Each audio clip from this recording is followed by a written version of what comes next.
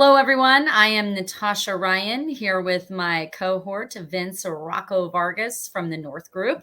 I am the VP of Communications and Business Development, and Vince is business development with me. And also, he is our resident famous actor from the show Mayans MC, our Hollywood guy over there. But many of you that know Vince personally know he had a career before Hollywood, Border Patrol. And we wanted to have this podcast, given the headlines you've seen, the videos you've watched.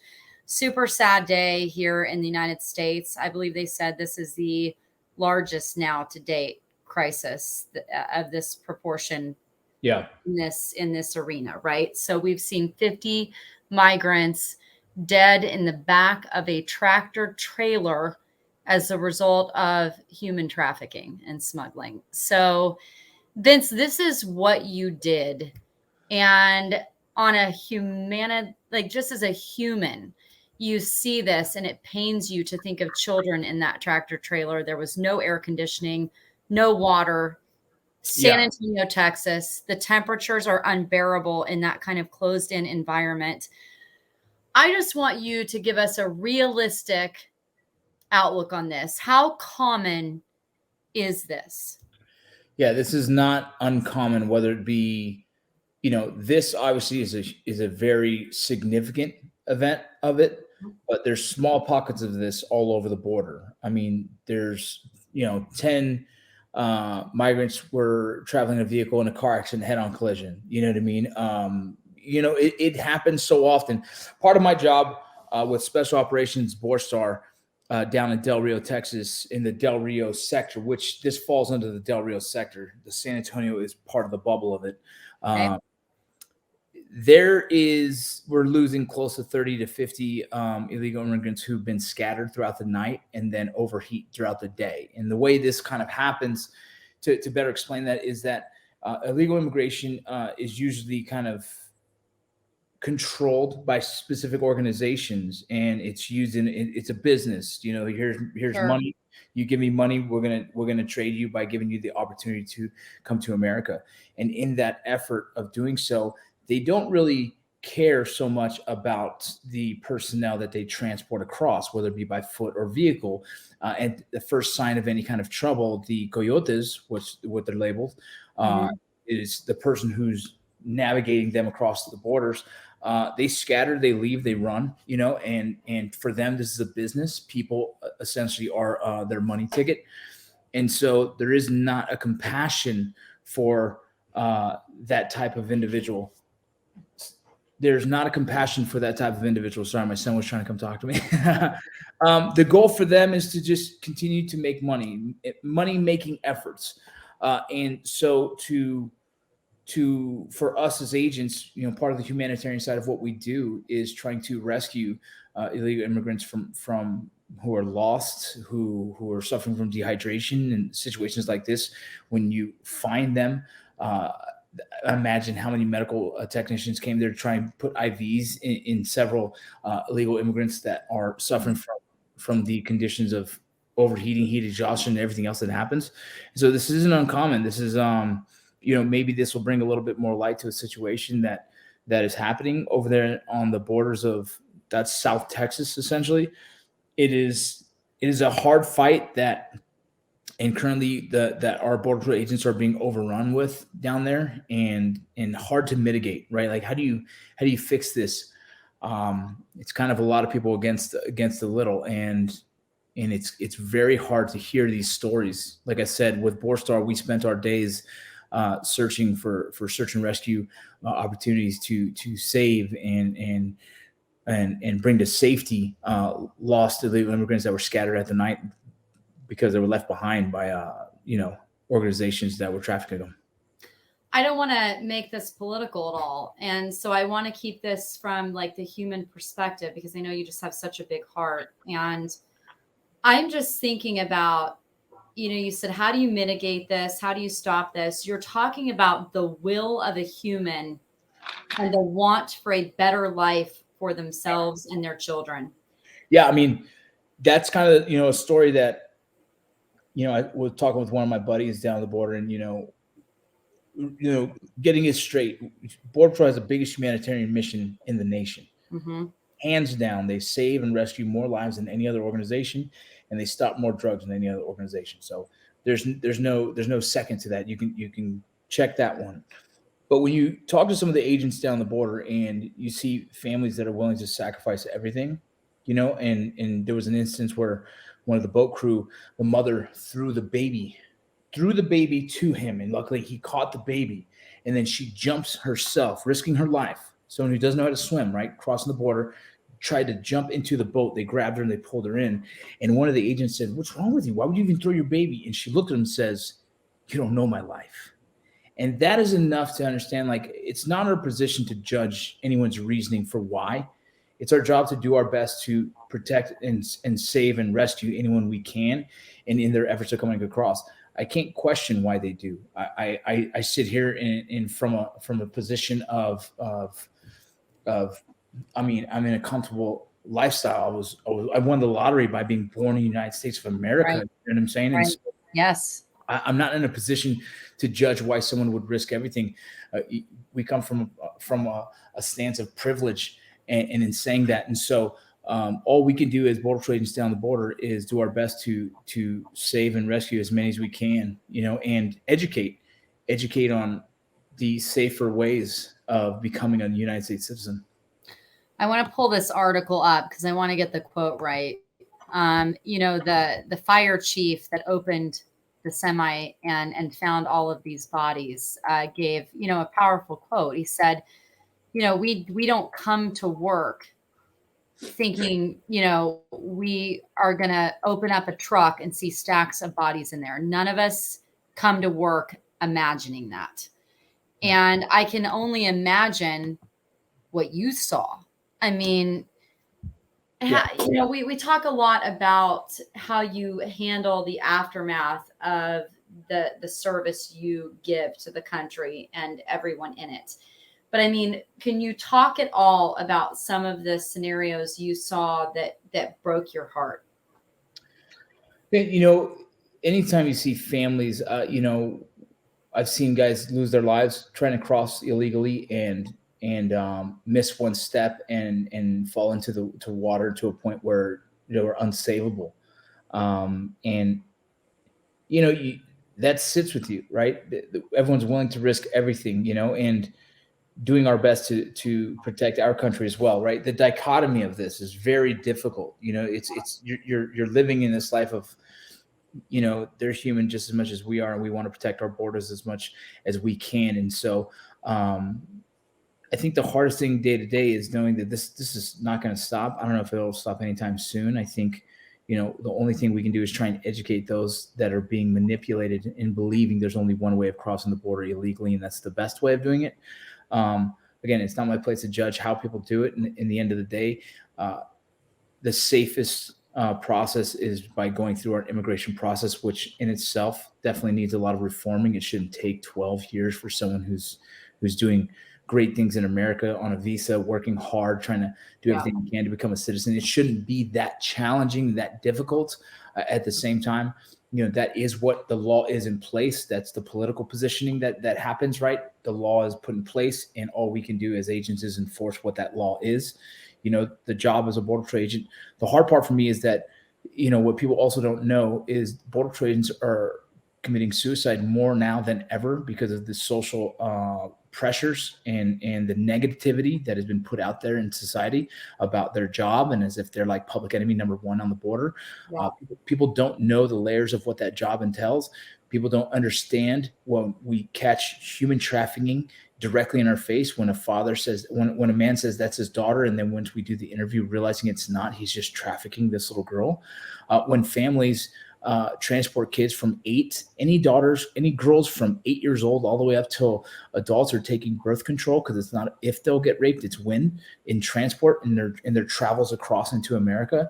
I mean, there's a lot of really sad stories out there, and all we can do is do our best to apprehend everyone we possibly can, and in the efforts of as they're coming across, we try and give the best effort and treating them with humanity. Like, that's all it keeps coming down to, that is treating everyone as they're humans, and giving them the best opportunity we can to bring them across, and then let the immigration judge make that decision, because that's not our job either. As a border agent, your job specifically is to apprehend anyone that comes across the borders illegally, not at a port of entry. And then from there, we take them to the station and process. And from after processing, ICE will come receive them and take them to holding until the immigration judge can make a decision on their situation. And that's it. So the Border Patrol agents, all we do is apprehend and process, and then we hand off to ICE. ICE makes every other determination, every other situation. They're the ones that goes on forward, puts them in housing, and then everything else. And so there's kind of a misconception of what the job entails. We're out there daily, in the heat, in the weather, doing everything we can to try and find, to locate, to rescue, to bring to safety as many individuals we possibly can. That's the job.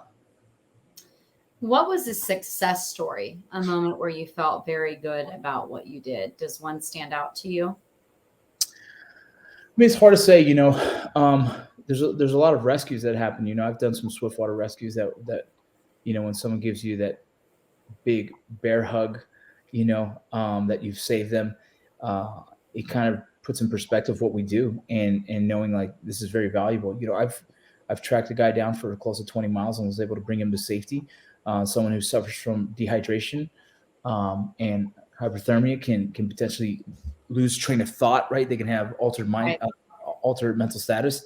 And once they call 911 for us to come rescue them, they can continue to walk around aimlessly. And I was very fortunate to find one individual that I didn't believe I was going to walk up on a live body. I thought I was going to walk up on a dead body, because it took so long to try and track him down, since he kept moving from the location I was originally given. And so being able to find someone and give him an IV, and bringing him back to full health is just, there's nothing you can't compare that to anything else. You know what I mean? And then as well as like walking up on a family that's lost in the middle of in a ranch that's overheating as well, and being able to bring them to aid and carry one of their kids. You see little footprints in the dirt, and you're just like, man, there's a child here. It's even more dangerous now. And having to be able to find that and help them get back to a safe environment, to me is, I mean, they might not understand what we're doing at the time. They might feel like we've ruined their dreams of coming to America and living a healthy life, or come to America and living this fruitful life. But at the same time, sometimes I don't think they understand how dangerous it is out there and how close they are to death themselves, because the weather conditions out there, especially right now. I mean, we're in the beginning of the summers out there, and those summers can get up to 116, 118 out there with no cover but mesquite trees and bush. Extremely dangerous environment that you can go from feeling good into all of a sudden, perishing fast. Do you think we're going to see more news stories like this one? Yeah, I think, unfortunately, there's a huge influx of immigration coming through the borders right now, all throughout the South Texas. So Eagle Pass, Del Rio sector was my sector. Currently, it is the most busiest sector in the Border Patrol at the moment. It's a huge influx, and when you have huge influxes of illegal immigration coming across the border, there's going to be transport issues. You know what I mean? They got to get from point A to point B. Most of them are trying to get to San Antonio from the border. You're talking from Laredo, from McAllen, from Eagle Pass. All those border towns are trying to they're heading north towards San Antonio, which is the big city where they can go from San Antonio. They can branch out into many other cities. And so the transporting alone, and that many people trying to be very secretive and sneaky with it, sometimes there's things that go missed. And in this situation where we're losing 50, and believe there's still more in hospital, In the hospital, yeah. Count can still rise. It's all based on, one person made a mistake that has proven to be extremely unfortunate and costly. And I imagine this is going to happen quite a bit this summer, especially how hot it is. Oh, I'm just trying to think of, knowing what we're facing. And you talked a little bit about, part of the solution is education on the other side about ways to get safely across the border. Right. But can we wrap our heads around a solution? I have no idea. I think it's it's an out of control situation that has become a polarizing topic in political, in the media. I think it's hard to find someone who's going to speak honest about it, directly about it, and too many people see both. Too many people are so polarized on it that you have one side that says open borders, the other side says stop everyone. And just the way the environment is, right? The social environment, social climate of everyone. Oh, isn't it that way with everything? I mean, if people could just be moderate. Right? No one, there's no, there's no middle ground here. That's a safe conversation, a safe topic to communicate over. So immigration is a tough one. I think it's always going to be a tough one. I think, every political leader, every president for the past 30 years has used it as a topic for votes. And I've seen very little change from every president there was, right? At every level of that, there's been very little major shifts in immigration. Major movement, yeah. Major movement, the border's always going to be a topic, and the hardest part was to me is as the men and women boots on ground are doing their best to protect and serve. The media has used them in a negative light to promote negativity, and that hurts us just as much as every immigration policy right now. That's not in our favor. It's a hard topic. It is like 7 layers of shit, and and I say that because not only do we have to educate about immigration, how to come across the right way, right? We have to also make that process streamlined for those who are deserving of that, meaning good criminal history or no criminal history, that have employment set up, things like that, right? People that have proven that they want to come to America and be an asset to our country, right? We have to find a more streamlined process, but as well as let's think about the people that come across illegally with records, with criminal records. How are we housing them? How are we, and then the family units. It's a big topic in the media, right? Was like, oh, the kids, they're caging kids. And obviously that was an exaggeration of a truth. There was holding facilities that were overwhelmed, and the only thing they could do was put temporary fencing up, which looks like cages in one eyes, and the others is it's a holding until ICE can find a better situation to house them, as well as someone coming across with kids. The parents of those kids will have to see prison time because they came across illegally, just like any of us with a DUI. These kids in the car, those kids will be separated from the adults as well. And so there's a lot of things there that people aren't educated in and understanding why.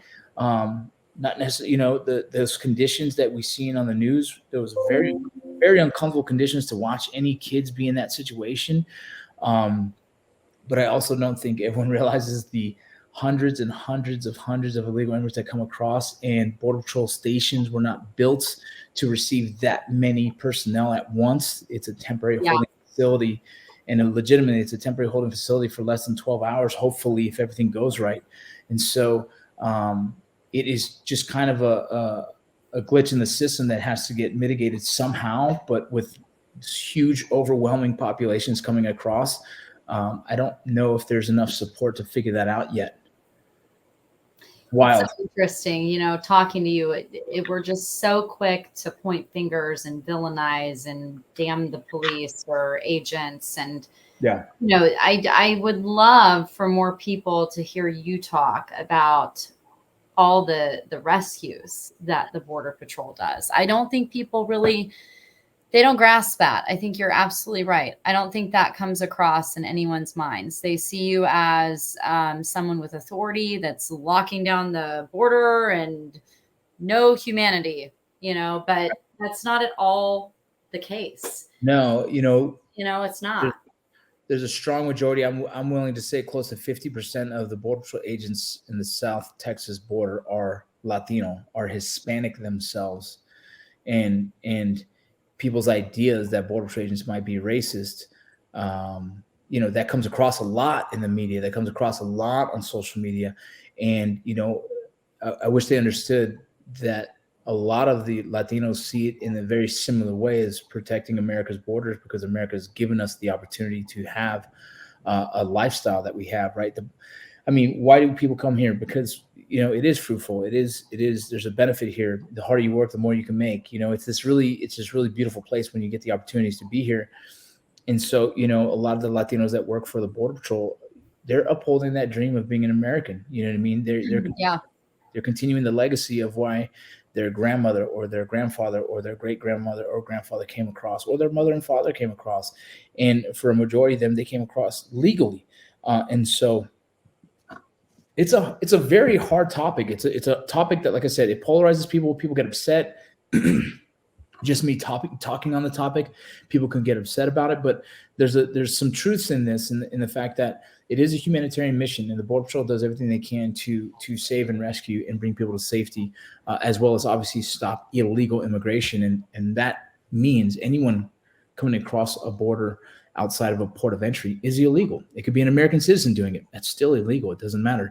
And so those are the laws of the land, and those are the laws put in place by, political officials, and they just uphold them. And all they do is apprehend, process, and hand off to ICE and other government agencies to do the rest. And so they really are out there doing their job. And for the Border Patrol agents out there who are probably listening to this, thank you for your service. Honor first. And for those families who might be involved in this terrible incident, we're sorry to hear that, man. And it is terrible. And I hope that people can start looking at other options and knowing that it is very dangerous. It is a very dangerous task to come across illegally, especially some of the organizations do not care for the well-being of the individuals. It is a business transaction, and that is the sad truth of it all. I just keep coming back to, here at the North Group, we do a lot of our humanitarian work on fighting human trafficking. And I just keep coming back. I could cry as a mom of a 9-year-old little girl, you talking about an 8-year-old having to be on birth control because she's going to probably be raped in the process of being trafficked. How, and I always ask this every time we come up with a topic, someone that hears it that says, hell, what do I do to help? What do I do?